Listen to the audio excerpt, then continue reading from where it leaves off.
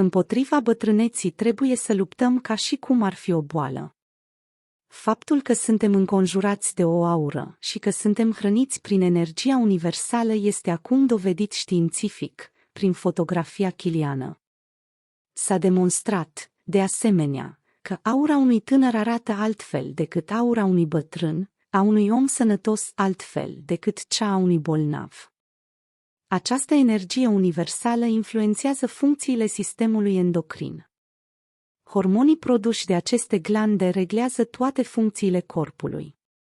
Studii și cercetări au scos la iveală suficiente dovezi convingătoare care să confirme faptul că procesul de îmbolnăvire este controlat de hormoni. Se pare că, odată cu instalarea pubertății, în organism își face apariția un hormon ce conduce la degradarea organismului. Acest hormon al degradării influențează capacitatea celulelor de a folosi ceilalți hormoni secretați de hipofiză, cum ar fi, de exemplu, hormonul de creștere. Ca urmare, celulele și organele noastre se uzează cu timpul, pentru ca, în cele din urmă, să moară. Cu alte cuvinte, procesul de îmbătrânire pare iminent. Energia universală are rolul de a bloca hormonul degradării și de a aduce la normal producerea de hormoni de către sistemul endocrin. Dacă se obține acest efect, celulele corpului se pot înmulți și dezvolta așa cum făceau când eram copii. Putem chiar vedea și simți cum devenim mai tineri. Ca să fiți de acord cu această teorie și să-i simțiți beneficiile, două lucruri sunt foarte importante: să conștientizați că sunteți un om minunat, deosebit, și că puteți străpunge cu privirea dincolo de idei și convingeri limitate și, în al doilea rând, trebuie să fiți conștienți că meritați ca dorințele voastre cele mai profunde să se împlinească și, între ele, și această dorință de a obține o nouă tinerețe și o nouă vitalitate. Cei care se simt nedemni în adâncul inimii lor, cei nesiguri, sunt cei care nu au avut prea des recompense din partea vieții. Dacă sunteți mulțumiți de propria voastră persoană și știți că meritați tot ce e mai bun din ceea ce vă poate oferi viața, atunci se poate spune că vă iubiți pe voi înșivă.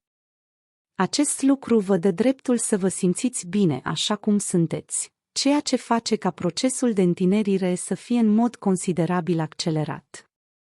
Cei care nu se plac pe ei înși sau nu se consideră capabili de o asemenea performanță poartă o grea povară, care accelerează permanent efectele îmbătrânirii și afectează starea de sănătate și așa precară.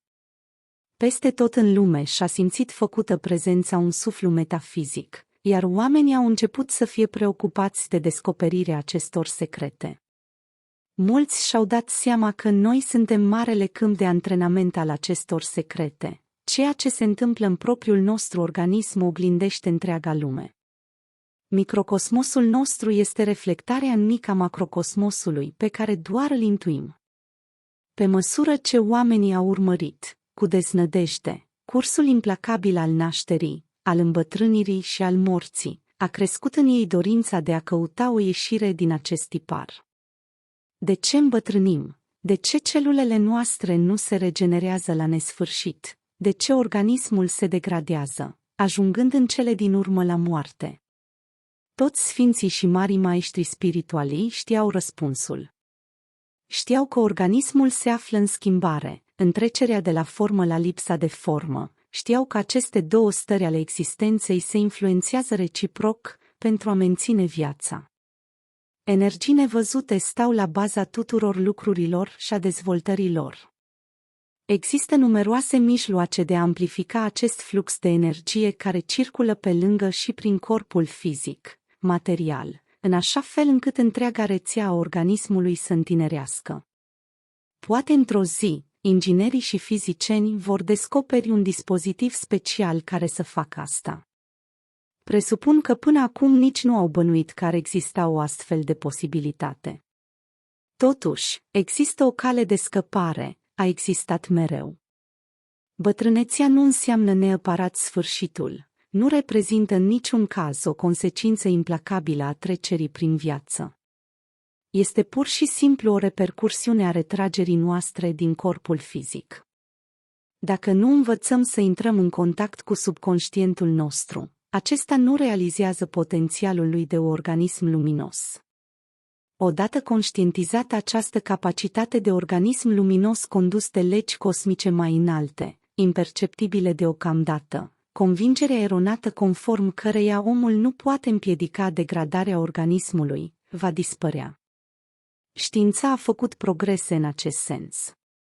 Geneticienii au descoperit că spirala noastră de ADN creează sistemul care copiază fiecare celulă. Asta poate însemna că celulele, atunci când mor, sunt înlocuite cu altele noi, într-un proces permanent, într-o succesiune a perfecționării genetice. Majoritatea oamenilor sunt prizonieri ai propriului lor corp emoțional, devenit tiranic, agresat mereu de hibe vechi de sănătate sau de sentimente vechi de ură, de care nu se poate elibera. Dacă aceste energii sunt blocate, nu avem puterea, în sensul strict al cuvântului, să ducem o viață echilibrată și fericită. Îmbătrânirea nu este numai rezultatul proceselor fizico-chimice ce se produc în organism, ci și consecința faptului că subconștientul își pierde îndrăzneala de a se împotrivi acestor procese, renunțând să mai caute soluții. Și nu este vorba numai despre lipsa de îndrăzneală, ci și despre comoditatea ființei umane, ce se complace în sistemul obișnuințelor și conveniențelor. Frica și indolența sunt factori ce contribuie la îmbătrânire. Ne recâștigăm vitalitatea numai când trecem peste această lene și această comoditate. Motorul revigorării este mișcare și mai ales mișcarea spiritului. Ca să ajungem la mișcarea spiritului, trebuie să începem de la primul nivel care ne este accesibil și pe care îl putem controla mult mai bine în prima fază, mișcarea trupului. Energia creată de mișcare ne va pune la adăpost de stăpânirea pe care frica o exercită asupra noastră. Însuși pământul absoarbe și folosește energia negativă din corpul nostru. De aceea este important să ieșim zilnic în natură și să călcăm pe pământul curat, dacă e posibil, cu iarbă. O altă cale eficientă este aceea de a învăța să cunoaștem secretele care au fost ascunse atâta timp în mănăstirile călugărilor tibetani. Un ritual energizant pentru chakrele noastre este efectuarea zilnică a 5 exerciții fizice care pot reîntineri organismul. Aceste exerciții pot fi executate de orice persoană, oricare ar fi starea sănătății sale și indiferent de vârsta pe care o are. Încă de la executarea primului exercițiu se simte o senzație de satisfacție, ceea ce ajută emoțional corpul să se purifice de energia negativă. Respirația joacă un rol important în aceste exerciții, iar cel ce le execută trebuie să fie atent să respire în ritmul corect. Când respirăm, îi permitem organismului să primească prana curat, ceea ce reprezintă cel mai mare bun al vieții. Cel mai mare obstacol în lupta dusă împotriva îmbătrânirii este posibilitatea includerii soluției în viața de zi cu zi, veșnica problema tuturor fiind lipsa de timp. Cele 5 exerciții tibetane nu iau mult timp și au un efect imediat. Calea înțelepciunii tibetane este simplitatea. Corpul spiritual îl dirigează pe cel fizic cu condiția să executăm aceste ritualuri cu toată concentrarea și convingerea, comunicând în permanență cu corpul nostru, acordându-i toată atenția, impunându-i dorința noastră de a ne elibera de povara bătrâneții. Dacă interesăm organismul prin acțiune, capacitatea noastră de a ajunge la nivelul de sănătate este solicitată foarte mult și, când mesajul e înțeles de organism, acesta reacționează în consecință, ducând în final la înlăturarea impresiei că am fi conduși de o implacabilă putere exterioară care ne copăleșește. Organismul nu dorește niciodată să fie bătrân sau slab.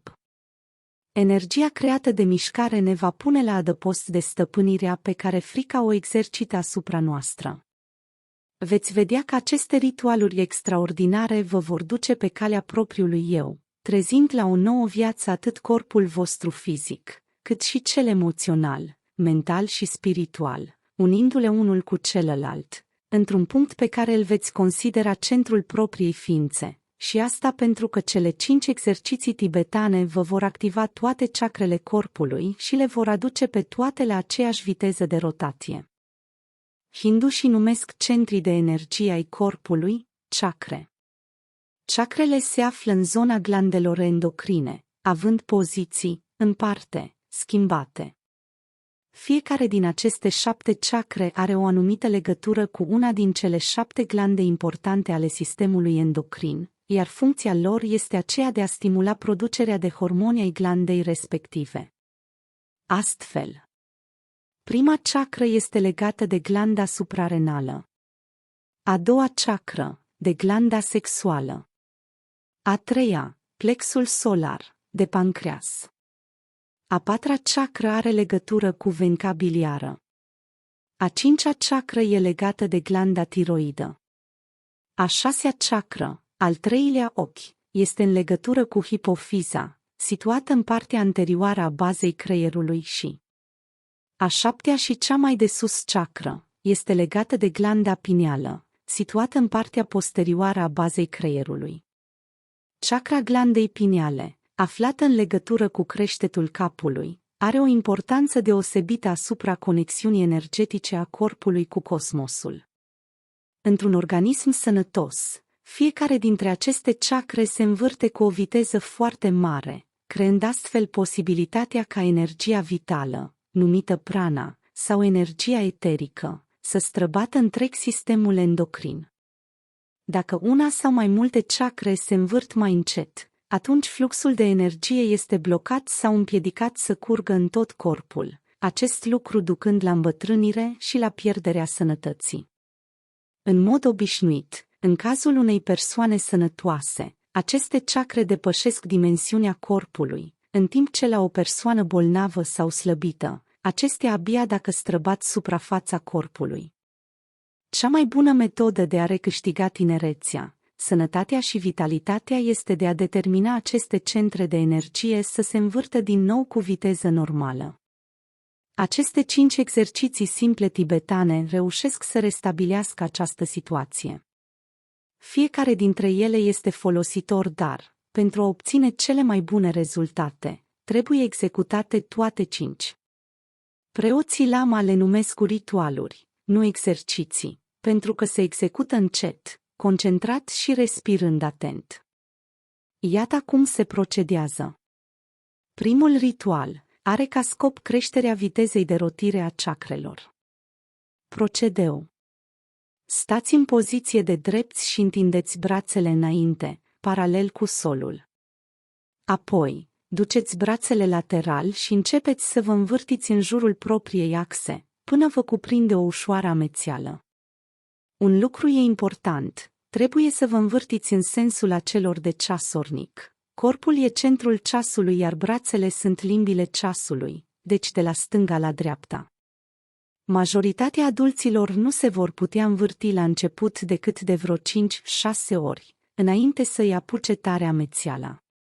Dacă sunteți începător, nu trebuie să încercați să faceți mai multe. Dacă simțiți nevoia să vă așezați sau să vă întindeți pentru a vă reveni după amețeală, puteți să o faceți liniștit. Mai întâi exersați acest ritual doar până amețiți ușor. Cu timpul, după ce faceți toate cele 5 ritualuri, veți putea să vă învârtiți tot mai des și tot mai mult, iar senzația de amețeală va fi tot mai slabă. Concentrați-vă privirea la un punct înainte să începeți să vă învârtiți, punct pe care îl luați apoi ca reper. Pentru revenirea la poziția de echilibru, rămâneți cu picioarele ușor depărtate și așezați palmele împreunate la circa 30 de centimetri distanță de față, în timp ce privirea va fi centrată pe degetul mare.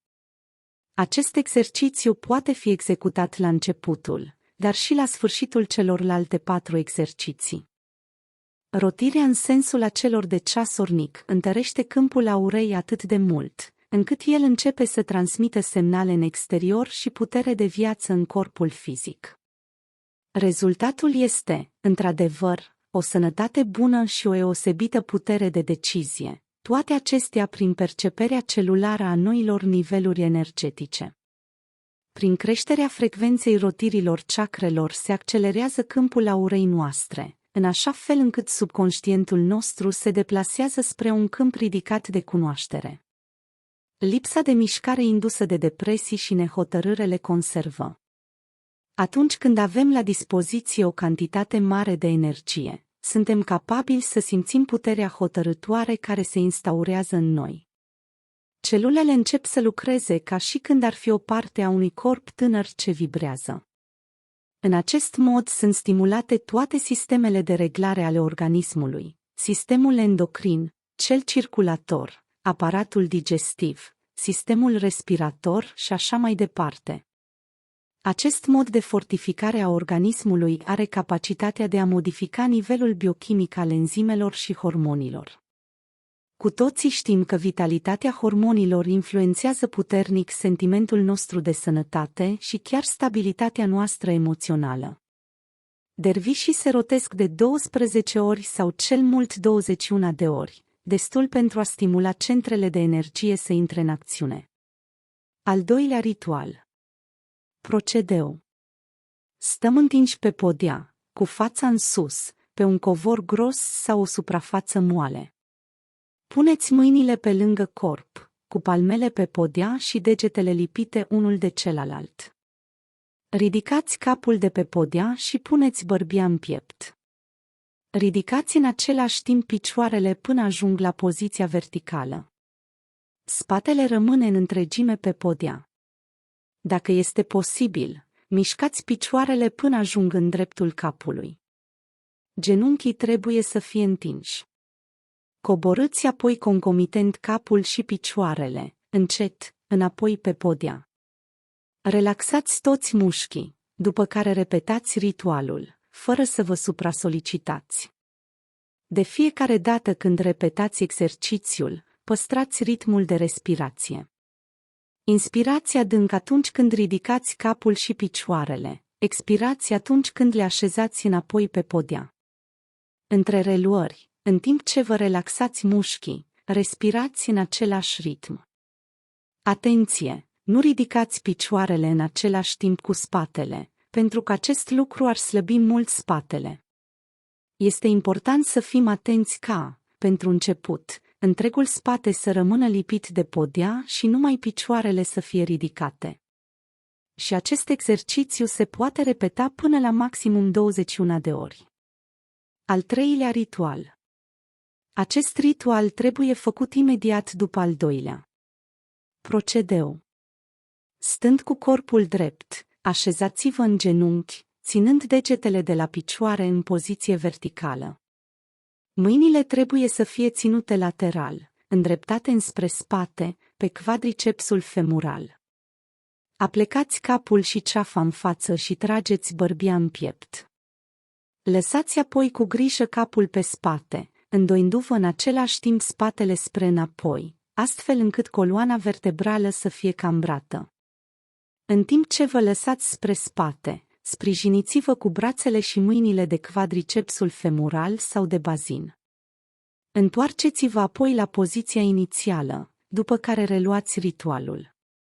Stând ghemuit, degetele de la picioare trebuie să fie așezate vertical. Încordarea mușilor dorsali este necesară pentru evitarea slăbirii capacității de întindere a coloanei vertebrale. Pentru a evita îndoirea în gola mijlocului, se sprijină mâinile de o parte și de alta a bazinului, cu degetele de la mâini îndreptate în jos. Această poziție vă ajută mai mult în momentul aplecării spatelui, deoarece omoplații se apropie unul de celălalt, deschizând zona sternului. Nu vă forțați zona cervicală mai mult decât puteți. Fiți atenți la respirație, inspirați profund când vă aplecați spre spate, expirați când reveniți la poziția verticală. Și acest ritual se repetă de maxim 21 de ori. Bonus. Al 6-lea ritual. Acest ritual nu trebuie făcut decât după o perioadă de timp în care ați executat cele 5 ritualuri clasice și ați reușit să vă reactivați energia reproducerii. Trebuie să simțiți o presiune în chakra de bază și că ați acumulat o mare cantitate de energie care stagnează acolo, la baza coloanei vertebrale. Acest ritual recirculă energia stagnantă a reproducerii, trecând-o în sus prin toate chakrele până ajunge să iasă prin chakra din creștetul capului. De asemenea, o puteți reorienta înapoi spre o parte sensibilă din corp, care trebuie vindecată, sau spre chakra inimii. Este un ritual simplu la care primează mai mult concentrarea și vizualizarea mentală a energiei în sensul dirijării ei prin corp, de-a lungul coloanei vertebrale. Este o energie inteligentă care te va asculta. Acest ritual este indicat persoanelor abstinente o perioadă lungă de timp sau care au ales acest mod de viață. Procedeu. Stați în poziție de drepți. Expirați tot aerul din plămâni. Aplecați-vă în față și puneți palmele pe genunchi. Expirați dacă mai aveți un rest de aer în plămâni, expirația se face pe gura scotând un usor sunet uciu și reveniți, fără să respirați, în poziția de drepți. Puneți mâinile pe coapse și apăsați-le în jos. În acest fel, umerii vă sunt împinși în sus. Sugeți burta cât mai mult posibil și în același timp ridicați pieptul. Rămâneți în această poziție cât puteți de mult.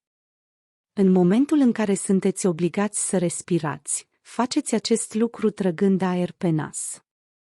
După ce plămânii s-au umplut, expirați pe gură.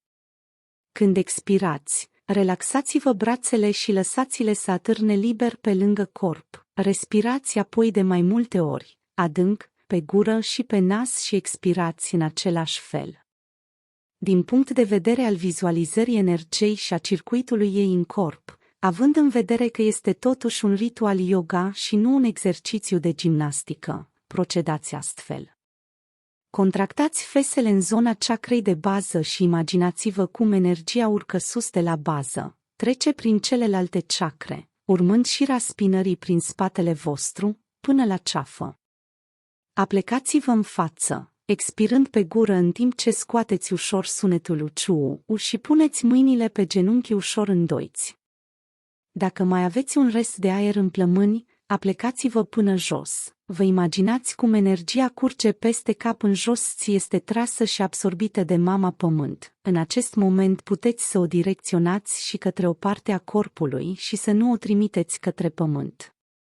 Ea este o energie vindecătoare. Vă ridicați în poziția de drepți cu mâinile pe lângă coapse și, când trebuie să respirați, inspirați aer pe nări până simțiți că se ridică nu numai diafragma, ci și umerii în sus. Apoi stați așa cât puteți și vă imaginați cum curge energia de sus în jos, prin partea din față, începând cu chakra din vârful capului și sunteți inundați cu lumină. Repetați de 3 ori sau până nu mai simțiți presiune în zona sacrală. Pentru majoritatea oamenilor, repetarea ritualului nu este necesară decât de 3 ori pentru a devia energia reproducerii și a o trimite în sus și apoi în pământ. Acesta este ritualul care întregește sistemul tibetan de meditație, fiind încoronarea întregului.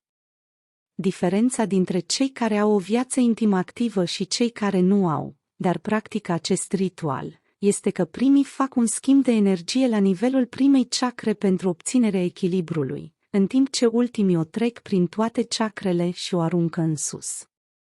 Și eventual o recirculă în corp și o refolosesc spre propriile beneficii. Astfel ultimii își folosesc cu elixirul tinereții în interiorul propriului corp, devenind astfel tot mai echilibrați și mai întineriți pe zi ce trece. Noi purtăm permanent în noi elixirul tinereții și al vieții fără de moarte, doar că până acum nu l-am folosit, nu am știut cum sau l-am ignorat. Aceasta este cheia vieții și a tinereții veșnice. Asta nu înseamnă că trebuie să trăim cu toții celibatari, ci că trebuie să ne oferim și perioade de abstinență, când ne reglăm chakrele și energia din corp. Totuși, trebuie să înțelegeți că, pentru a practica al 6-lea ritual, este necesar ca persoana respectivă să simtă un instinct special și o energie puternică în chakra de bază, chakra reproducerii. Este practic imposibil pentru o persoană care nu mai simte niciun instinct pasional să folosească în vreun fel acest ritual. El sau ea nici nu ar trebui să încerce acest lucru, pentru că practicarea lui nu ar face decât să-i descurajeze. E mult mai bine ca aceste persoane, lipsite de energie sau cu energie puțină, să exerseze primele 5 ritualuri până când simt că și-au recâștigat potențialul din tinerețe. Acest ritual nu este indicat nici celor care sunt prea tineri și nu au început viața intimă. Concluzie. Aceste ritualuri tibetane nu trebuie executate de persoane care nu sunt motivate cu adevărat. Aceste ritualuri echilibrează viața tuturor, inclusiv a celor care au ales calea celibatului. Cei care, prin executarea acestor ritualuri, dobândesc o putere vitală de nestăpân. Sănătate, drum drept și lumină. Energia vocii. Tibetanii cred foarte mult în energia vocii și a sunetelor. A 5-a chakră, cea din zona gâtului, influențează funcționarea corzilor vocale. Ea are o legătură și o influență directă asupra primului centru de energie, chakra Muladhara. Bineînțeles că toate chakrele au legătură între ele, însă acestea două sunt într-o relație particulară una cu cealaltă. Dacă vocea unui bărbat e ridicată și stridentă, acesta este un semn că vitalitatea lui sexuală este scăzută. Dacă energia din prima chakră este mică, atunci puteți fi siguri că și în celelalte chakre este la fel. Lucrul cel mai bun de făcut pentru a crește viteza de rotire a primei și a celei de-a 5-a chakre și, odată cu ele, și a celorlalte, este să executați cele 5 ritualuri. Există în plus o metodă pe care bărbații o pot folosi pentru regenerare. Metoda este simplă, dar necesită voință. Trebuie doar să depuneți efortul pentru a vă schimba vocea și a o coborî la o tonalitate mai gravă. Ascultați-vă vorbind și, în momentul în care observați că vocea vă devine mai înaltă și stridentă, încercați să o îngroșați. Dacă auziți bărbați care au o voce sigură, puternică, atunci remarcați și rețineți cum sună. Când vorbiți, încercați să reglați vocea la acea tonalitate. Pentru un bărbat de vârstă înaintată, aceasta va reprezenta o adevărată performanță și o răsplată a eforturilor depuse. Nu va dura mult până când acest ton adânc al vocii va accelera rotirea centrului de energie de la baza gâtului.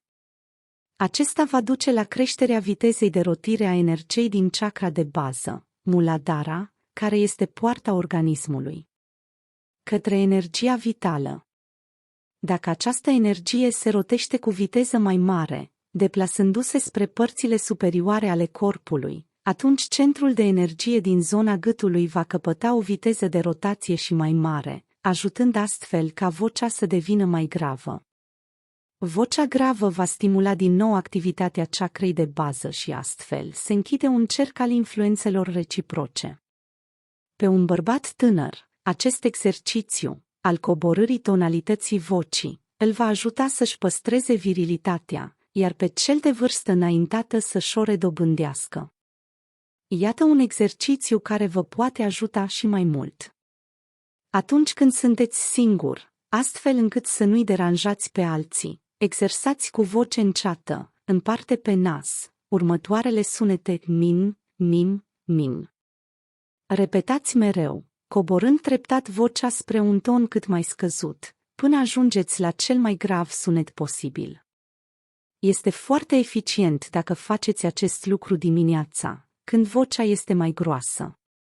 Încercați apoi să mențineți toată ziua vocea la un nivel grav. Încercați să faceți progrese, exersând în baie, astfel încât să auziți ecoul propriei voci.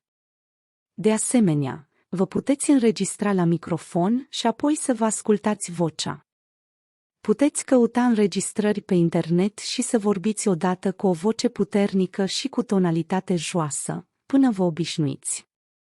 Dacă vibrațiile vocii voastre sunt mai intense, atunci vor avea ca efect rotirea mai rapidă a celor 7 chakre, în special a celei de bază și a celei de-a 6-a și de-a 7-a. Și la femeile mai în vârstă vocea poate ajunge înaltă și stridentă.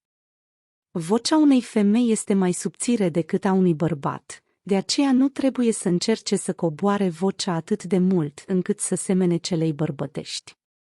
Pentru o femeie care are vocea prea groasă, ar fi bine dacă ar încerca să-și subțieze vocea prin aceeași metodă descrisă mai sus. Preoții Lama cântă câteodată ore întregi, la unison, pe o tonalitate joasă.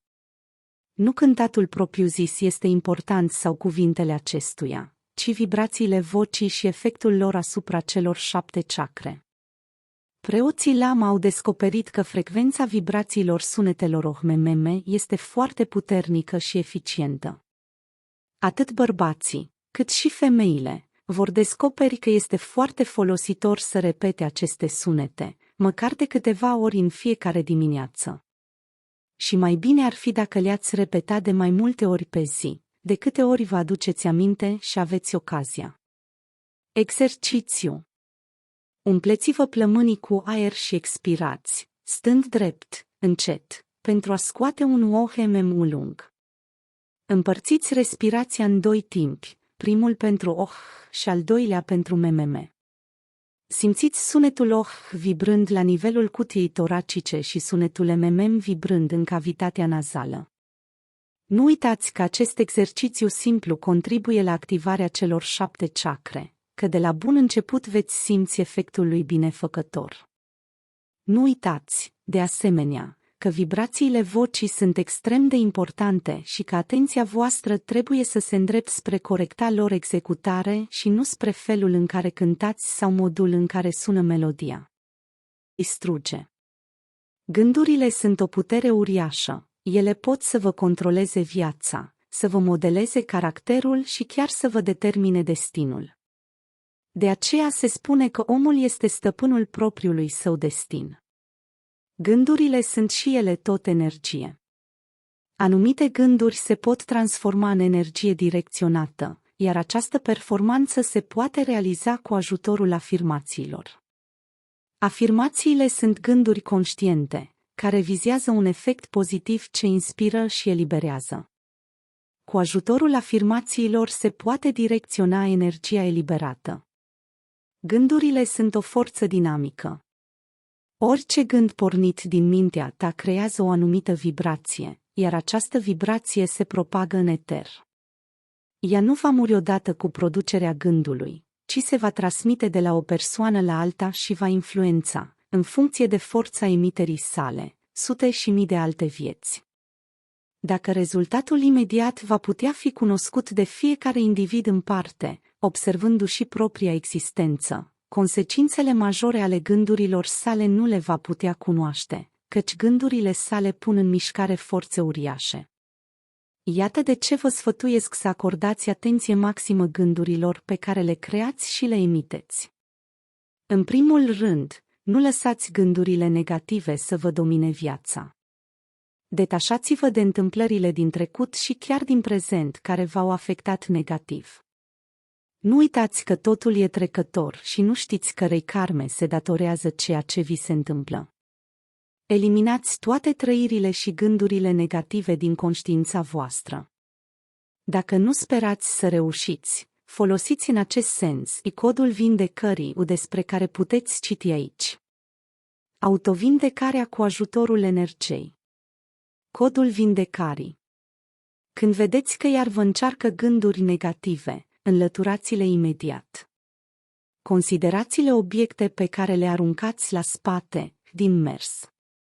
Setați-vă mintea să emită numai gânduri pozitive, benefice pentru voi și cei din jurul vostru. Purificarea minții de gânduri rele și urâte, urmată de formularea gândurilor pozitive, poate conduce la rezultate uimitoare.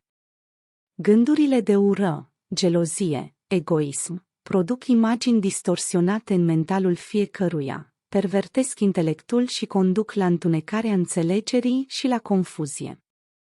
Chiar și injuriile, cuvintele porcoase, urâte, vă pot influența negativ, chiar dacă nu sunt adresate cuiva anume. Vă sfătuiesc ca, indiferent ce vi s-a întâmplat peste zi, Când ajungeți acasă, ascultați muzică liniștitoare, priviți imagini plăcute, în culori pastel, care să reprezinte flori, păsări, priviți un acvariu cu pești, jucați-vă cu animalul de companie, etiche, faceți orice vă poate schimba starea în bine. Nu mai priviți imagini pline de violență, filme horror sau altele de gen care vă pot deprima. La ce bun dacă nu puteți schimba cu nimic violența în lume? Nu puteți fizic, dar puteți prin gândurile pe care le emiteți. Faceți meditație 15 minute pe zi, cel mai bine seara, înainte de culcare. Și rugăciunea este o meditație, dacă nu repeți mecanic niște cuvinte învățate pe de rost. Priviți soarele, în special dimineața la răsărit. Faceți exerciții de respirație în timp ce vă lăsați pătrunși de vibrațiile lui.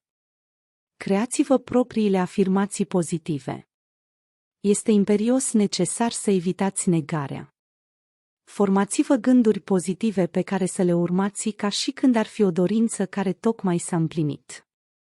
Luați o coală de hârtie și notați-le. Scrierea lor are efect benefic asupra mentalului. Înregistrați-vă afirmațiile pe suport magnetic și ascultați-le chiar și în drum spre serviciu.